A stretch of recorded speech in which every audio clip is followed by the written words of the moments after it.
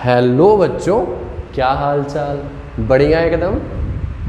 चलो तो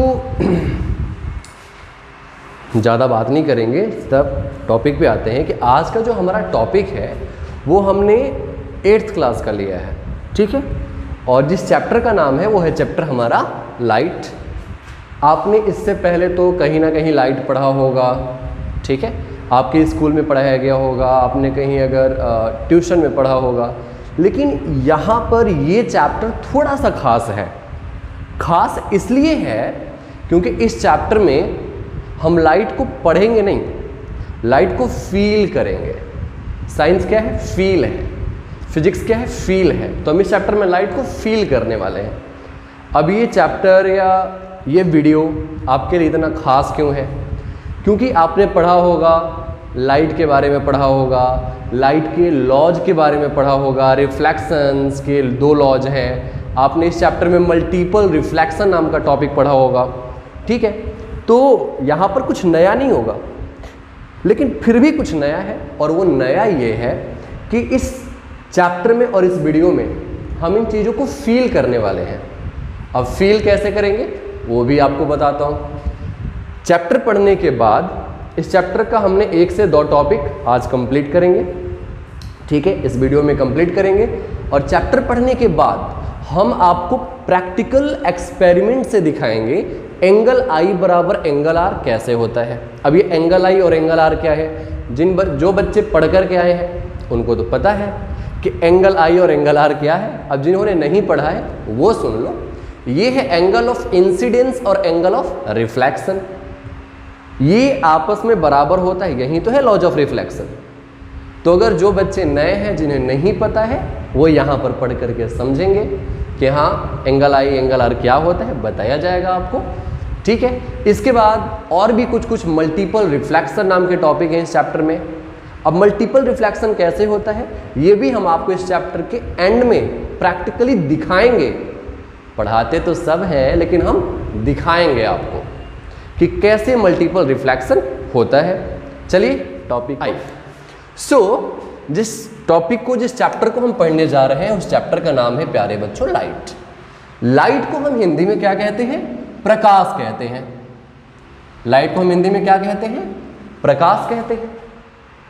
अब दुनिया में हर एक चीज किसी न किसी चीज से मिलकर के बनी हुई है, वो भी जानेंगे लाइट किस चीज से मिलकर बनी हुई है। तो सबसे पहले तो हम ये समझ लेते हैं कि लाइट की स्पीड बहुत ज़्यादा होती है। लाइट की स्पीड बहुत ही ज़्यादा होती है। लाइट की स्पीड एयर में, एयर कह लो या वैक्यूम कह लो, इसमें लाइट की स्पीड 3 × 10⁻8 मीटर पर सेकेंड होती है। सेकेंड हमने ले लिया लिक्विड यानी कि वाटर, ठीक है। वाटर में लाइट की स्पीड होती है 2.25 × 10⁸ मीटर पर सेकेंड। थर्ड है हमारे पास सॉलिड यानी कि ग्लास। ग्लास में लाइट की स्पीड होती है 2 × 10⁸ मीटर पर सेकेंड, ठीक है। आप यहां से एक कंक्लूजन निकाल सकते हो, वो क्या है कि लाइट की स्पीड सबसे ज्यादा किस में है बच्चे? एयर में है। उससे कम किस में है? वाटर में है। और सबसे कम किस में है प्यारे बच्चों? ग्लास में है। क्लियर है? अब नेक्स्ट हम बात करते हैं कि ये लाइट बनी किस चीज से है। तो इसके लिए टाइम बर्बाद नहीं करेंगे, इसलिए मैंने ऑलरेडी पहले से लिख रखा है, बढ़ते हैं कि light is made up of particles called photons. Light किस चीज से बनी हुई है? फोटॉन से।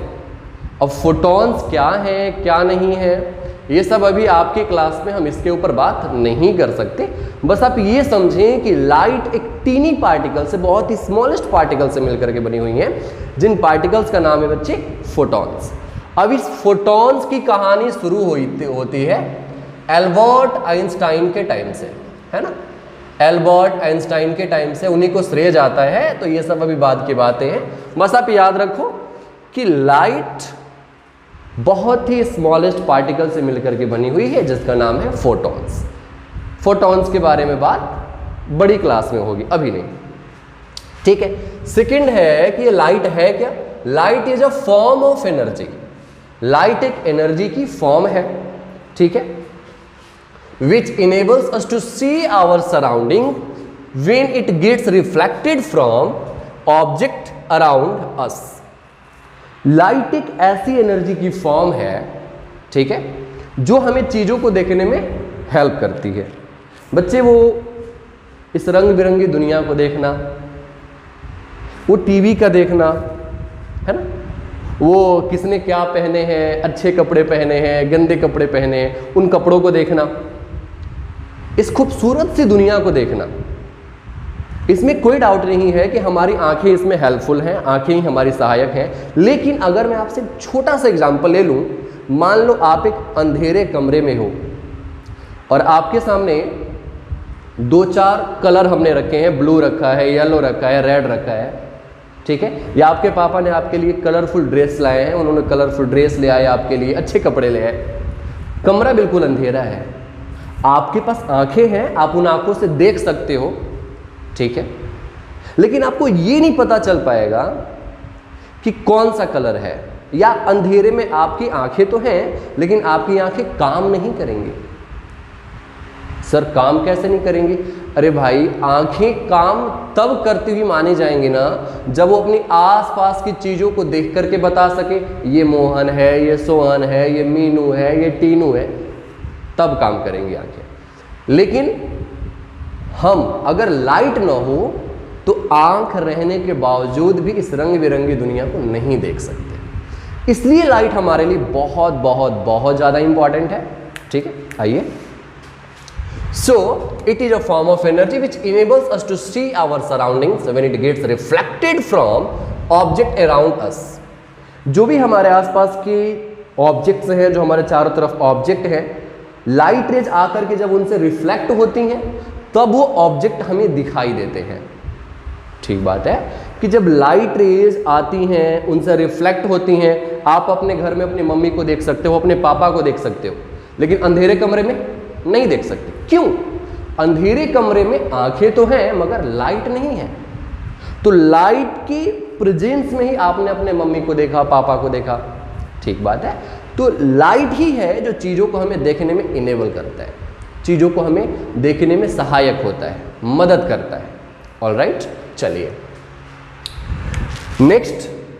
आपके आसपास में ऐसी बहुत सारी चीज़ें हैं, ठीक है।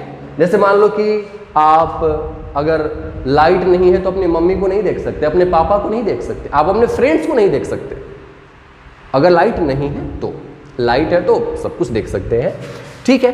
तो उसके बेसिस पे हमारे आसपास के जितने भी ऑब्जेक्ट्स हैं इनको दो भागों में बांटा गया है।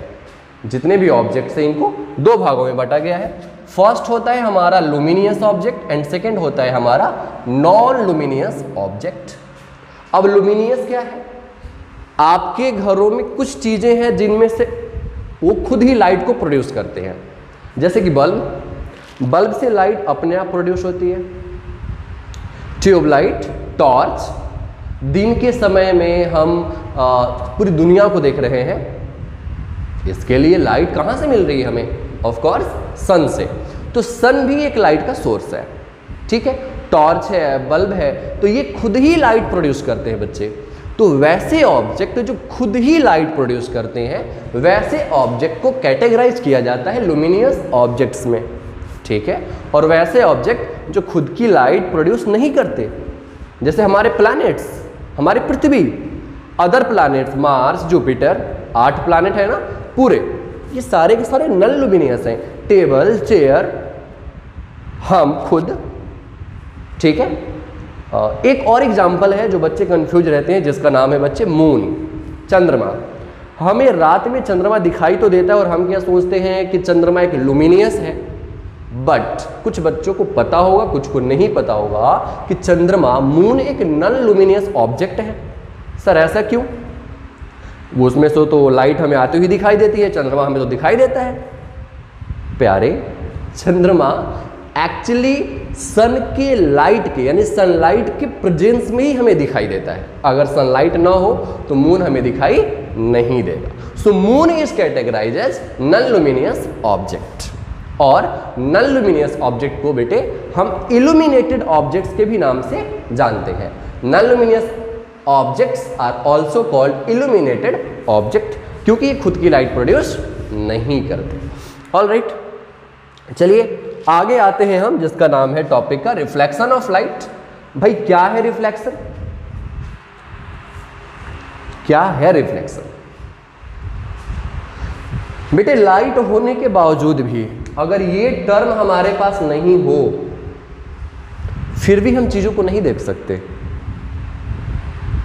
लाइट तो है लेकिन अगर ये टर्म ना हो तो भी हम चीजों को नहीं देख सकते। सर इंपॉर्टेंट है क्या? अरे बहुत इंपॉर्टेंट है।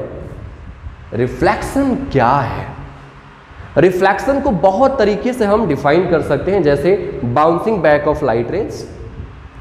बाउंस करना, बाउंस का मतलब क्या होता है? जैसे मान लो कि हमने एक बॉल को जमीन पे मारा बहुत तेजी के साथ, वो बॉल जमीन से टकराने के बाद फिर वापस आएगी। दिस इज रिफ्लेक्शन बेटा। बॉल को हमने जमीन पर मारा, बॉल जमीन से टकराएगी और वापस आएगी, इसी को तो कहते हैं रिफ्लेक्शन। लेकिन यहां पर थोड़ा सा अलग है, यहां पर बॉल नहीं टकराएगी। अच्छा एक एग्जांपल और लेते हैं कि अगर बॉल को हम जमीन पर ना मार करके सामने मारें, सामने कुछ भी नहीं है, कोई वॉल नहीं है, कुछ नहीं है, अगर हम बॉल को सामने थ्रो करते हैं तो बॉल हमारे पास टकरा कर वापस नहीं आएगी। ऐसा क्यों सर? क्योंकि ऐसा कोई मीडियम बॉल के रास्ते में नहीं आया कि बॉल टकरा करके वापस आए। लेकिन अगर कोई मीडियम हो बॉल के रास्ते में तो बॉल टकरा करके वापस आएगी। जस्ट बेटा वैसे ही लाइट के केस में होता है। अगर लाइट के रास्ते में, लाइट मान लो ये लाइट की रेज आ रही है ना, अगर लाइट के रास्ते में अगर कोई ऑब्जेक्ट आता है, ठीक है, तो लाइट की रेज वहां से रिफ्लेक्ट हो जाएंगी, लाइट की रेज वहां से टकरा करके वापस चली जाएंगे।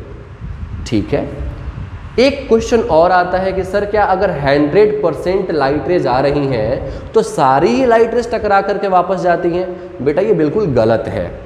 कुछ लाइट की रेज एब्जॉर्ब हो जाती हैं। हमारे घरों में कर्टन होता है ना, पर्दे में लाइट की रेज एब्जॉर्ब होती हैं। सर कैसे एब्जॉर्ब होती हैं ये सब आप अभी बाद की बातें हैं।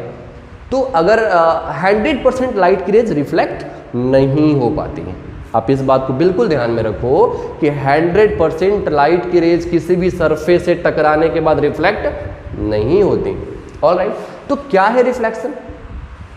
The process of sending back light rays which fall on the surface of an object. All right, the process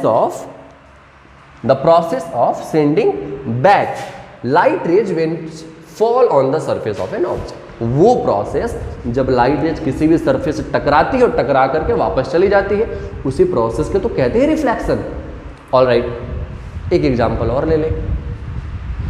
हम चीज़ों को अगर देख रहे हैं ना बच्चे, मैंने आपको भी बताया कि अगर एक लुमिनियस ऑब्जेक्ट, एक नॉन लुमिनियस ऑब्जेक्ट, ये टेबल चेयर, ये मम्मी पापा, ये हमें दिखाई देते हैं, ये मून हमें दिखाई देता है, ये पंखा हमें दिखाई देता है, ये वीडियो आपको दिखाई दे रही है। अगर इसी वीडियो को मैं अंधेरे में बनाता तो आप नहीं देख पाते।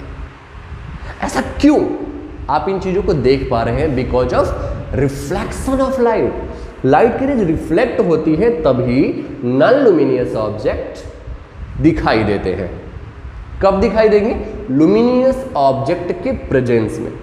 जब लुमिनियस ऑब्जेक्ट से लाइट की रेज निकलती हैं तो रिफ्लेक्शन के बाद ही नॉन लुमिनियस ऑब्जेक्ट हमें दिखाई देते हैं।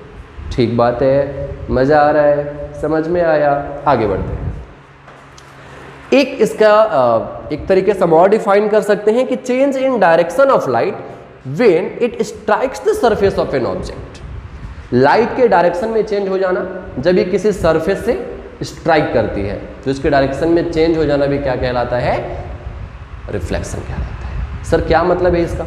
एक एग्जांपल के तौर पे हम लेते हैं प्यारे बच्चों कि अगर ये एक इंसिडेंट रे है, हमने एक टॉर्च जलाया और ये एक सरफेस है, सरफेस से ये लाइट की रेज टकरा करके ऐसे गई। अब जरा देखो, लाइट की रेज आ तो ऐसे रही है लेकिन टकरा करके ऐसे चली गई। लाइट की रेज आ तो ऐसे रही है लेकिन टकरा करके ऐसे चली गई। डायरेक्शन में चेंज हुआ नहीं हुआ? पहले का डायरेक्शन ये था, अब का डायरेक्शन ये हो गया। This is the changing in direction, आने वाली जाने वाली, change in direction. All right, okay.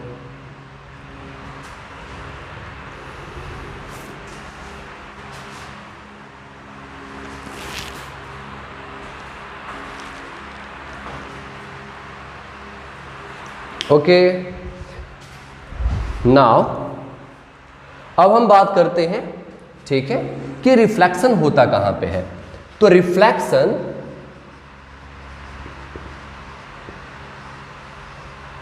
आपकी क्लास में, क्लास 8th में हमें सिर्फ और सिर्फ प्लेन मिरर के ऊपर पढ़ना है। कहां पढ़ना है प्यारे बच्चों? प्लेन मिरर के ऊपर। सर ये प्लेन मिरर क्या है, जरा इसका स्ट्रक्चर समझ लो प्यारे बच्चों। पहले तो प्लेन मिरर होता क्या है बेटा? हमारे घरों में जो मिरर यूज होता है, हमारे घरों में जो मिरर यूज होता है वही तो है प्लेन मिरर। हमारे घरों में जिसमें आप सुबह सुबह जगते हो और अपने चेहरे को देखते हो, वही तो है प्लेन मिरर, वही है प्लेन मिरर। ठीक है, आप अगर सैलून में जाओगे तो सैलून में लगा रहता है, वो है प्लेन मिरर। ब्यूटी पार्लर में प्लेन मिरर लगा होता है। चलिए, तो ये है आपके प्लेन मिरर। घरों में यूज होने वाला मिरर ही बेटा प्लेन मिरर होता है। कुछ और मिरर पे हम रिफ्लेक्शन ऑफ लाइट के बारे में पढ़ते हैं, जैसे concave mirror and convex mirror. Concave mirror and convex mirror. बेटा ये मिरर जो होते हैं ना, कॉनकेव मिरर वो ऐसा होता है। सर ये झिंगुर जैसा स्ट्रक्चर क्या बना रहे हो? बताएंगे बताएंगे। और जो convex mirror, sorry concave mirror ऐसा होता है और कॉन्वेक्स मिरर बेटे ऐसा होता है। कॉनकेव मिरर को हम कहते हैं कन्वर्जिंग मिरर। कन्वर्जिंग मिरर का मतलब क्या है? ये लाइट रेज को कन्वर्ज कर देता है। अगर इतनी सारी लाइट रेज आएंगी ना तो उनको एक पॉइंट पे मिला देगा, इतनी सारी लाइट रेज आएंगे ना उनको कन्वर्ज कर देगा, इसलिए कन्वर्जिंग मिरर होता है। जो कॉन्वेक्स मिरर होता है बेटा वो डाइवर्जिंग मिरर होता है। ये क्या होता है? Diverging mirror.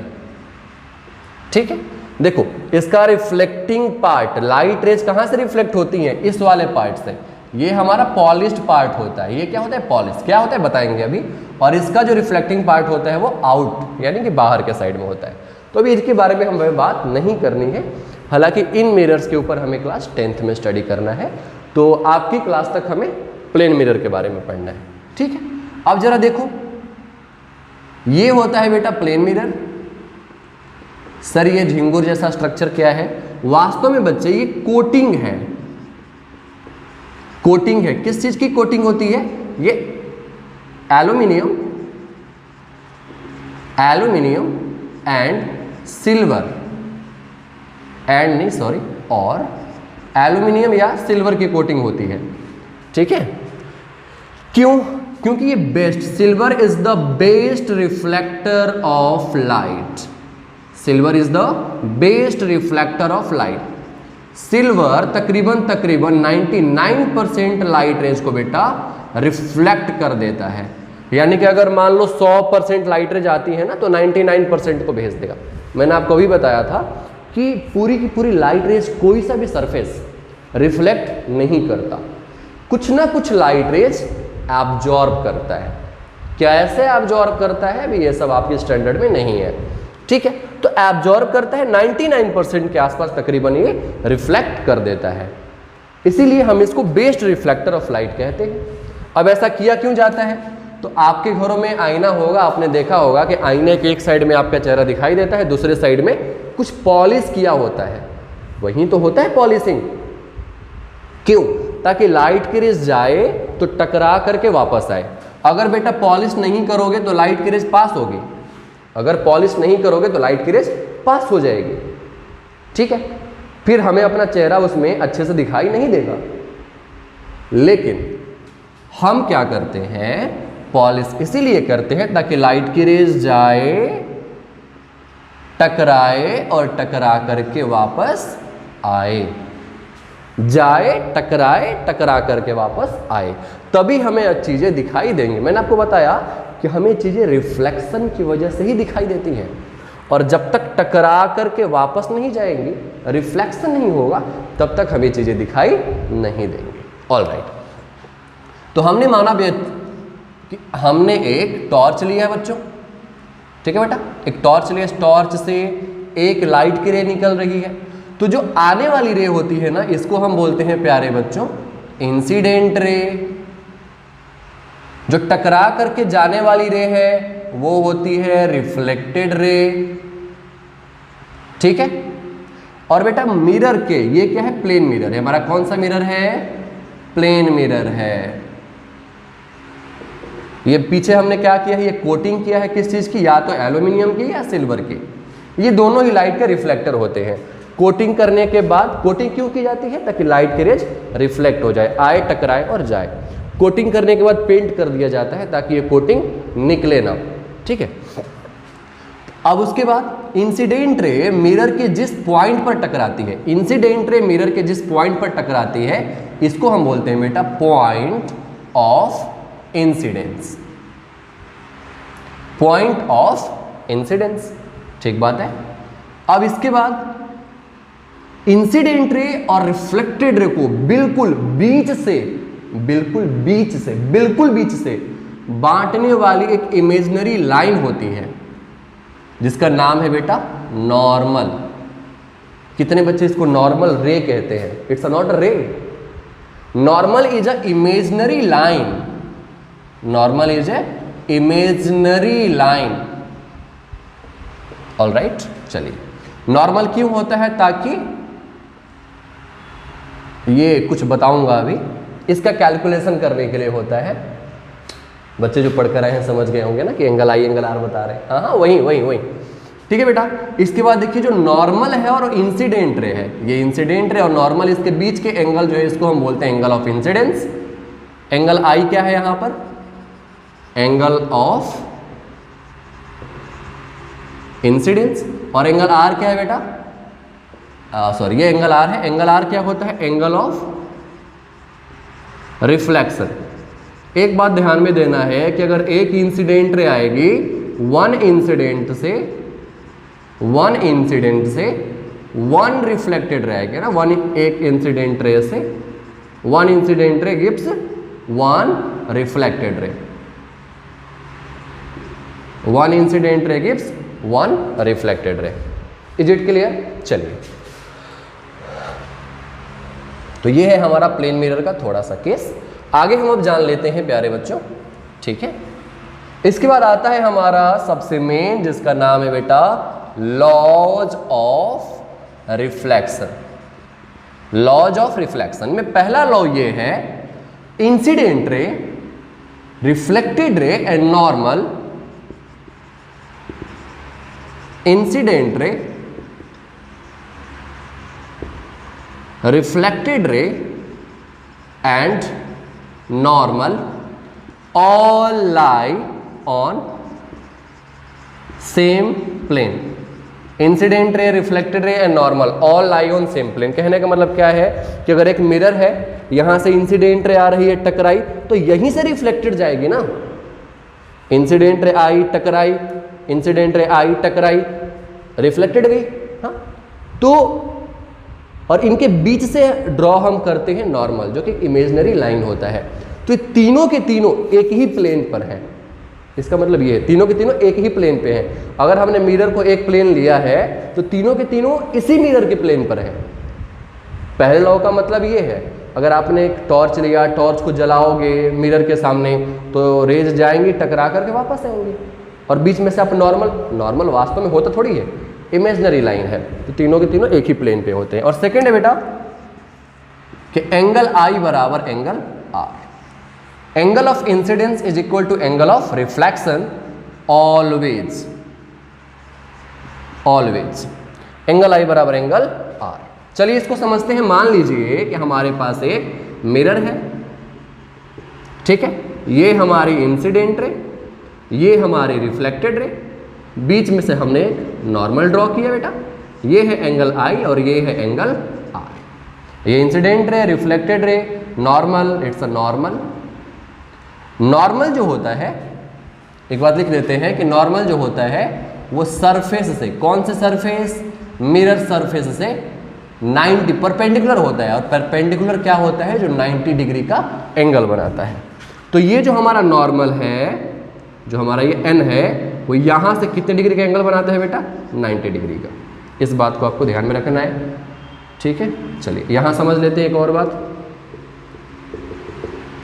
कि अगर ये हमारी इंसिडेंट रे है, ये रिफ्लेक्टेड रे, नॉर्मल, तो जो एंगल आई होता है वो एंगल आर के बराबर होता है। सेकेंड लॉ यही कहता है, अगर ये हमारा 30 डिग्री तो ये भी हमारा 30, ये 40 तो ये 40। अगर एंगल आई को बढ़ाओगे तो वैसे ही एंगल आर भी बढ़ जाएगा, है ना। यानी कि change in angle of incidence, अगर आप एंगल ऑफ इंसिडेंस में चेंज करते हो तो एंगल ऑफ रिफ्लेक्शन भी बेटा चेंज होगा, ठीक है। तो ये है हमारा second laws of reflection, this is our second laws of reflection, यही है रिफ्लेक्शन का सेकेंड लॉ। एक बात और इंपॉर्टेंट है, अगर मान लीजिए हमारे पास ये हमारा प्लेन मिरर है, ये हमारी इंसिडेंट सॉरी है ना, ये हमारा नॉर्मल हमने बना दिया सरफेस से 90 डिग्री का। अगर एक इंसिडेंट रे बिल्कुल परपेंडिकुलर पड़ती है, मिरर के बिल्कुल परपेंडिकुलर पड़ती है बेटा, है ना। देखिए जरा समझिए कि अगर एक इंसिडेंट रे मिरर के बिल्कुल परपेंडिकुलर पड़ती है, या आप कह सकते हो कि नॉर्मल से पड़ती है, तो भाई इंसिडेंट रे भी यही, नॉर्मल भी यही, तो नॉर्मल और इंसिडेंट रे के बीच का एंगल क्या हो जाएगा? जीरो। नॉर्मल और इंसिडेंट रे के बीच का एंगल क्या हो जाएगा? जीरो। तो जब एंगल आई बराबर जीरो, अरे भाई मतलब ये है मेरा यही मिरर, ये हमारे नॉर्मल, अब इंसिडेंट भी इसी पर पड़ रही है, ये इंसिडेंट रे नॉर्मल पे ही पड़ रही है, तो दोनों में कोई अंतर थोड़ी है, जहां पर नॉर्मल वहीं पर इंसिडेंट है, तो इन दोनों के बीच का एंगल आई बराबर क्या हो जाएगा? जीरो। एंगल आई क्या होता है? नॉर्मल और इंसिडेंट रे के बीच का एंगल, तो इनके बीच में कोई एंगल थोड़ी है, ये नॉर्मल इसी पर इंसिडेंट, देखो एक ही लाइन पे है ना, तो इन दोनों के बीच का एंगल क्या हो जाएगा हमारा? जीरो। तो जब बेटा एंगल आई बराबर जीरो होगा, तो एंगल आई बराबर एंगल आर, तब हमारा एंगल आर भी क्या हो जाएगा? जीरो। तो कहने का मतलब क्या है कि अगर इंसिडेंट रे, ठीक है, अगर परपेंडिकुलर पड़ती है किसी भी सरफेस से, तो उसी पर वापस चली जाती है, यानी कि रिफ्लेक्टेड भी उसी पर होगा। इन दोनों के बीच का एंगल क्या हो गया? जीरो। तो अगर इंसिडेंट रे नॉर्मली पड़ती है बेटा, तो रिफ्लेक्टेड भी क्या हो जाएगा? नॉर्मल ही होगा। आगे बात है समझ में। तो ये है हमारा लॉज ऑफ रिफ्लेक्शन। और अलग अलग एंगल्स पे इंसिडेंट रे को डाल करके देखेंगे कि उसका रिफ्लेक्शन कहाँ पे होता है, ठीक है। चलिए शुरू करते हैं। ओके, देखिए हमने जो है इंसिडेंट रे को 50 डिग्री के एंगल पे रखा है। ये हमारा इंसिडेंट रे है जो कि इस लेजर से निकल रहा है, 50 डिग्री के एंगल पे रखा है, जिसका रिफ्लेक्शन कहाँ पे हो रहा है? 50 डिग्री पर ही हो रहा है, ठीक है। ये आप देख सकते हैं, ये रिफ्लेक्टेड रे है, ये आपको दिखाई दे रहा होगा, ठीक है। चलिए इसको हम लाइट को पहले ऑफ कर देते हैं, देन ये हमें क्लियर दिखाई देगा। ओके ओके बच्चों, देखिए ये हमारा लेजर जो है वो 50 डिग्री के एंगल पे है, आप देख सकते हैं इसको। और इसका जो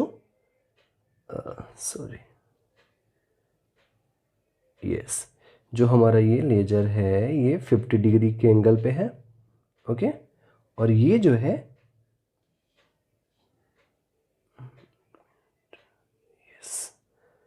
और इसका जो रिफ्लेक्शन है वो भी आप देख सकते हैं कहाँ पर हो रहा है? 50 डिग्री के ही एंगल पे हो रहा है। इस पॉइंट पे आप देखिए, इससे ये इंसिडेंट रे जा रही है 50 डिग्री के एंगल पे। आई होप विजिबल होगा आपके लिए, ये 50 डिग्री का एंगल है जिससे कि इंसिडेंट रे जा रही है, और ये इंसिडेंट रे टकराने के बाद देखिए 50 डिग्री के ही एंगल पर आ रही है, ओके। इसको और क्लियरली देखते हैं, या देखिए, ओके ओके सी नाउ। अब हम इसको डिफरेंट एंगल्स पे प्लेस करते हैं। अब जो है हमने इसको प्लेस किया है 70 डिग्री के एंगल पे, ऑलराइट। चलिए देखिए, इसको हम बिल्कुल सीधा रखते हैं 70 डिग्री के एंगल पे, ऑलराइट यस, या ये भी क्लियर प्लेस नहीं हुआ है।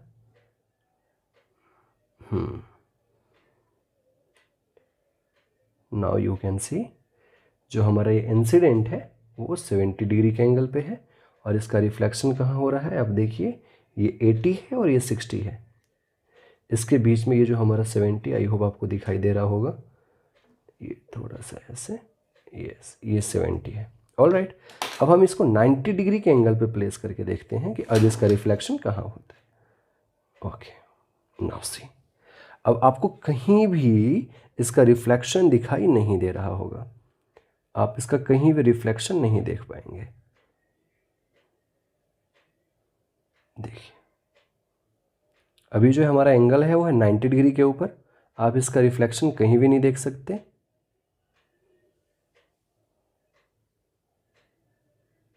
सी ओके, ये हमारा सामने प्लेन मिरर लगा हुआ है, ये हमारे डिफरेंट एंगल्स हैं। अब हम इसको प्लेस करते हैं 80 डिग्री के ऊपर, 80 डिग्री इसका रिफ्लेक्शन जा रहा है, देखिए हमने बिल्कुल 80 के ऊपर रख दिया इसको, रिफ्लेक्शन इसका 80 के ऊपर जा रहा है। अब हम इसको 70 पे प्लेस, और हम आपको दिखाएंगे कि वास्तव में ये एंगल आई बराबर एंगल आर होता कैसे है। और जब 90 डिग्री पर हम डालते हैं इंसिडेंट रे को, ठीक है, तब उसी पर वापस रिफ्लेक्शन कैसे हो जाता है, इसका हम प्रूफ देंगे आपको विद एक्सपेरिमेंट, विद प्रैक्टिकल। और इसके बाद हम आपको एक टॉपिक और है जिसका नाम है मल्टीपल रिफ्लेक्शन। मल्टीपल रिफ्लेक्शन है ना, जैसे मान लीजिए कि क्या है, हम यहां समझ लेते हैं कि अगर हमारे पास एक मिरर ये है, एक मिरर ये है ना, तो अगर हमने यहां पर एक इंसिडेंट डाला है बेटा, तो यहां से रिफ्लेक्टेड रे इस पर पड़ेगी, और जब यहां पर रिफ्लेक्टेड पड़ेगी तो ये रिफ्लेक्टेड रे पड़ेगी, तो फिर से यहां से भाई रिफ्लेक्ट हो जाएगी, क्योंकि ये भी तो मिरर का सरफेस है। तो हो क्या रहा है, रिफ्लेक्टेड रे रिफ्लेक्टेड अगेन, अब ये जा करके फिर यहां पर पड़ेगी तो फिर यहां से रिफ्लेक्ट हो जाएगी। तो यहां पर क्या हो रहा है, एक ही रे बार बार रिफ्लेक्ट हो रही है बेटा। तो if reflected ray reflected again, if reflected ray reflected again, this phenomenon is called multiple reflection.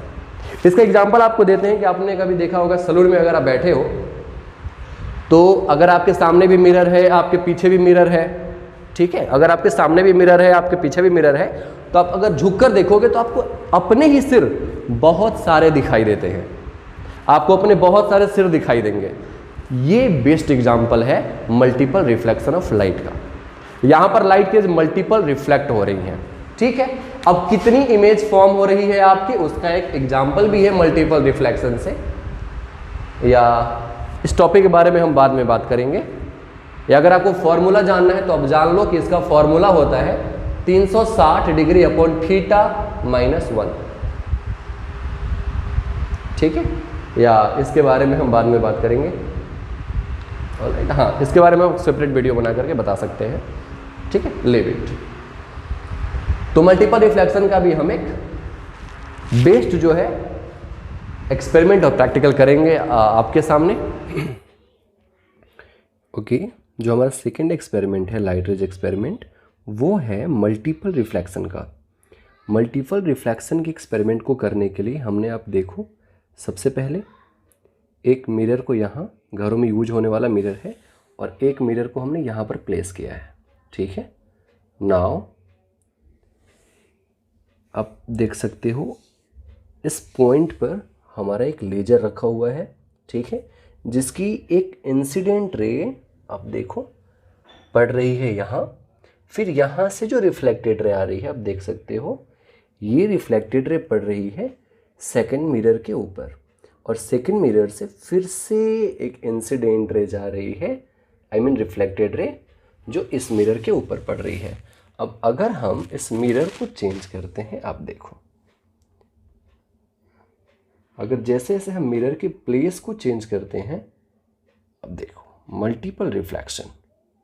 Alright, you may see this is the multiple. ऐसे ही प्यार बनाए रहे, ठीक है। Thanks for watching me Neeraj, this is your beautiful सा channel GRC classes, golden ratio classes. मेरा नाम नीरज पंडित, पहले भी बता दिया मैंने, ठीक है। अगर वीडियो आपके लिए हेल्पफुल है, please share, support and subscribe. ऐसी ही अच्छी अच्छी वीडियो हम आपके लिए लेकर आते रहेंगे। हर एक टॉपिक का आपको डेप्थ कॉन्सेप्ट देंगे, हर एक टॉपिक का डेप्थ, गहराई में जाकर के कॉन्सेप्ट मिलेगा। प्रैक्टिकली आपको प्रूफ करके भी दिखाएंगे इस वीडियो में, इस चैनल पे, सॉरी आई मीन इस चैनल पे प्रैक्टिकली प्रूफ करके भी दिखाई जाएंगी चीज़ें आपको। साइंस को फील करेंगे हम, वी विल फील साइंस। हमें साइंस को पढ़ना नहीं है, हमें साइंस को रट्टा नहीं मारना, हमने साइंस को फील करना है। Feel feel. Thank you, thanks again, thanks for watching, thank you.